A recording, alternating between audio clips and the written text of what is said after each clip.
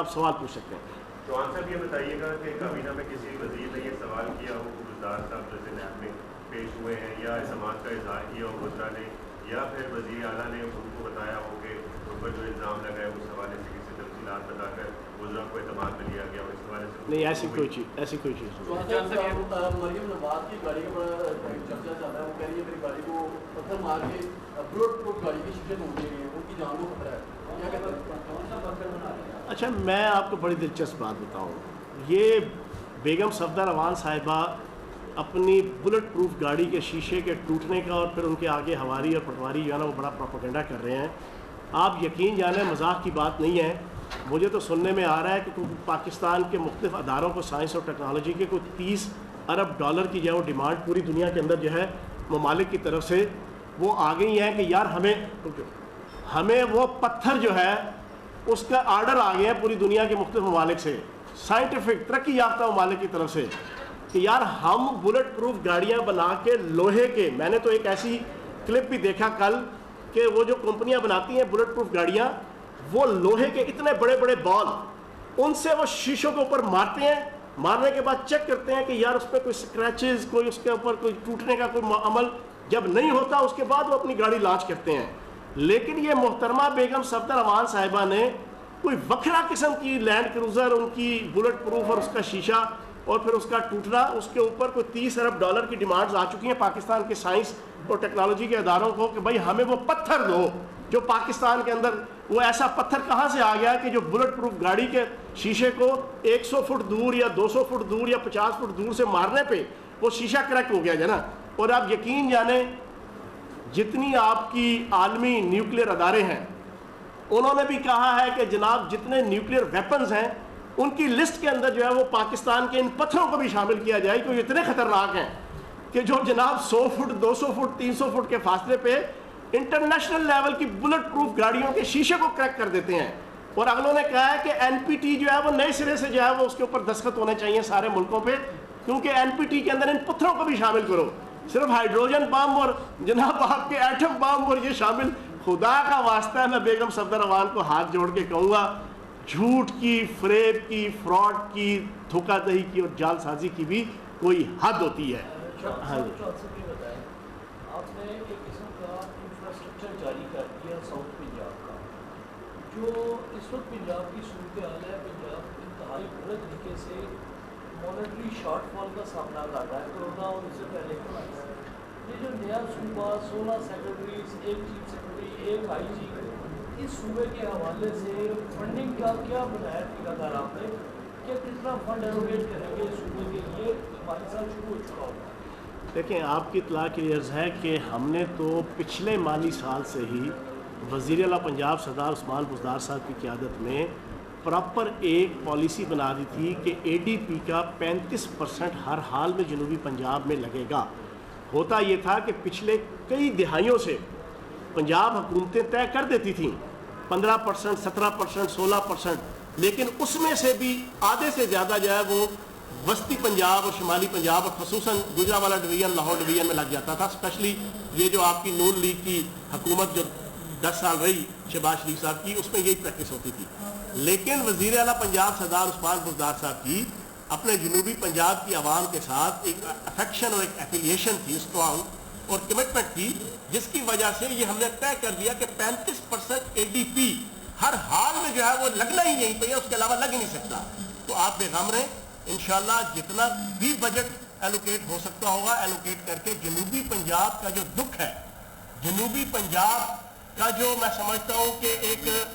محرومی ہے جو 70-73 سالوں میں کوئی نہیں وہاں ختم کر سکا. صدر آئے وہاں پہ, صدر لغاری صاحب, آج ان کے بیٹے جناب نون لیگ کے پلیٹ فارم سے بڑے اٹھ کے چہک چہک اور مہک مہک اور لہک لہک کے جو ہے وہ کرٹیسزم کرتے ہیں سردار عثمان بزدار صاحب پہ اور PTI کی حکومت پہ. وہ اپنے والد صاحب ان کے جو ہے وہ یہ کارنامہ سر انجام نہیں دے سکے.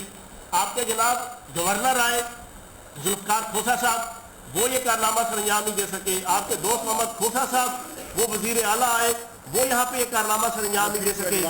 وہاں پہ رفیق رجوانہ صاحب آئے ایز اے گورنر, وہاں پہ PCO آپ کو لیڈرشپ نظر آئے گی, گورنر, اسپیکر, صدر اور وزیر اعظم یوسف گیلانی صاحب آئے, یہ نہیں کام کر سکے. اس کام کا اگر ڈسٹنکشن،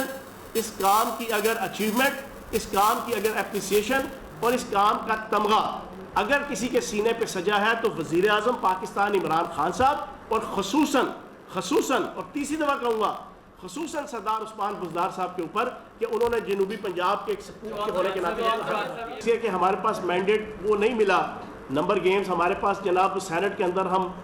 منارٹی میں ہیں، قومی اسمبلی کے اندر سادہ اکثریت ہے، پنجاب کے اندر بھی سادہ اکثریت ہے، لیکن ہماری نیت وزیر اعظم پاکستان عمران خان صاحب کی، وزیر اعظم پنجاب سردار عثمان بزدار صاحب کی، وزیر خارجہ محترم شاہ محمود قریشی صاحب کی اور پی ٹی آئی کی حکومت کی جنوبی پنجاب کے صوبے کے قیام کے حوالے سے نیت نیک تھی، تو ہم نے یہ سارے کا سارا پروسیس جو ہے وہ کمپلیٹ کیا ہے۔ اب نیکسٹ جس طرح وزیر خارجہ شاہ محمود قریشی صاحب کئی دفعہ یہ کہہ چکے ہیں کہ ہم اگلا پروسیس انشاءاللہ چند ماہ کے اندر باقی سیاسی جماعتوں کو آن بورڈ لے کر، اس میں ہم نے کوئی پالیٹکس نہیں کرنی، ہم نے کسی قسم کی کوئی نیگیٹو پالیٹکس نہیں کرنی، ہم تمام سیاسی جماعتوں کو آن بورڈ لیں گے اور آن بورڈ لینے کے بعد پھر جناب انشاءاللہ قومی اسمبلی کے اندر اور سینٹ کے اندر جو ہے وہ جنوبی پنجاب صوبے کا بل پاس کروا کے باقی معاملہ سارا آگے کی طرف لے کے جائیں گے۔ دوسرا سب سے امپورٹنٹ آج جس پہ میں علیحدہ سے ایک ڈیٹیل پریس کانفرنس 3-4 دن بعد کروں گا، پنجاب کی ہسٹری میں پہلی دفعہ ہم نے 18ویں ترمیم کے بعد جو ترامیم ریکوائرڈ تھیں ایڈورٹیزمنٹ پالیسی کی، جو بدقسمتی سے نام نہاد جناب ظالم اعلیٰ شہباز شریف صاحب جو بڑا دعوے کرتے تھے کہ ہم نے بڑی گڈ گورننس کے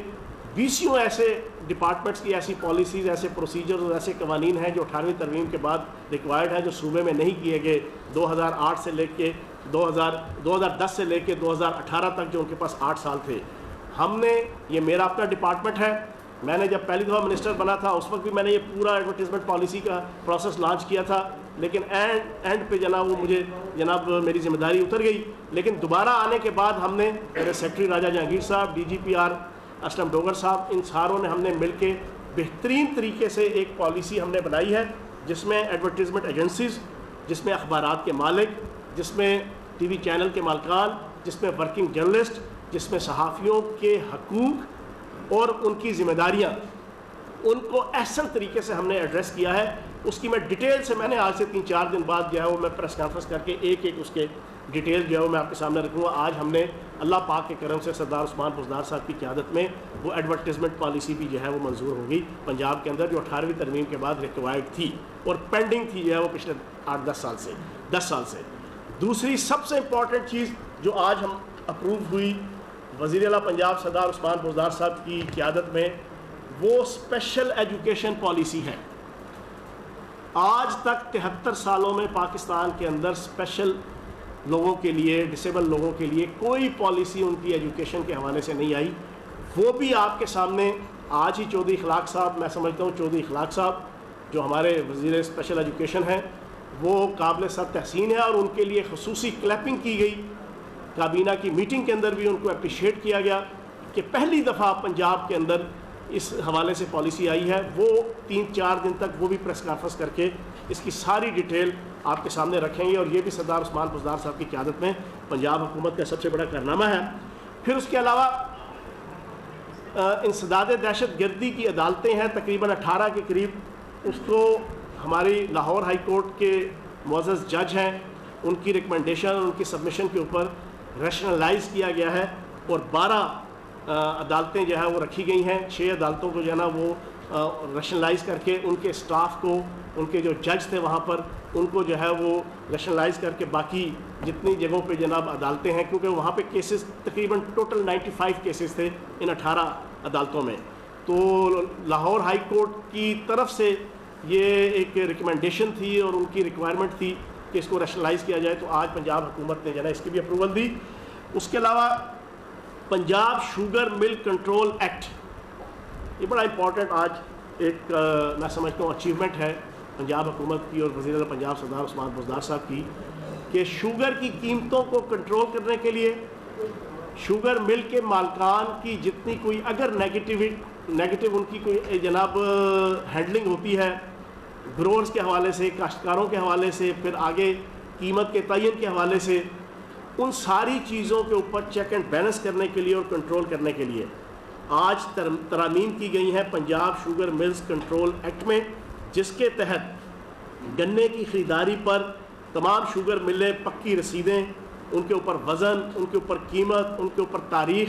درج کرنے کی پابند ہوں گی، کہ جو اس سے پہلے کچی رسیدوں کے اوپر سارا معاملات ہوتا تھا۔ اور آپ کو پتہ ہے ابھی پچھلے 7-8 ماہ سے جو شوگر اسکینڈل آیا اور اس کے اوپر شوگر کمیشن بنا، اس میں یہ بڑی چیزیں جناب پروپیگیٹ ہوئیں اور پتہ چلیں انویسٹیگیشن کے بعد جی آئی ٹی کی، کہ وہ کچی رسیدوں کے اوپر ساری چیزیں جناب وہ شوگر مل مالکان کاشتکاروں کو دے دیتے تھے پیمنٹس، اور پکی جناب اپنے رجسٹر جو ہے وہ کسی اور فیکٹس اینڈ فگرز کے ساتھ جو ہے انہوں نے بنائے ہوتے تھے۔ تو اس ایکٹ کی ترمیم کے بعد وہ پابند ہوں گے پکی رسید دینے کے گروورز کو بھی، اور اس کے اوپر وزن، قیمت اور تاریخ کا تعین بھی ہوگا۔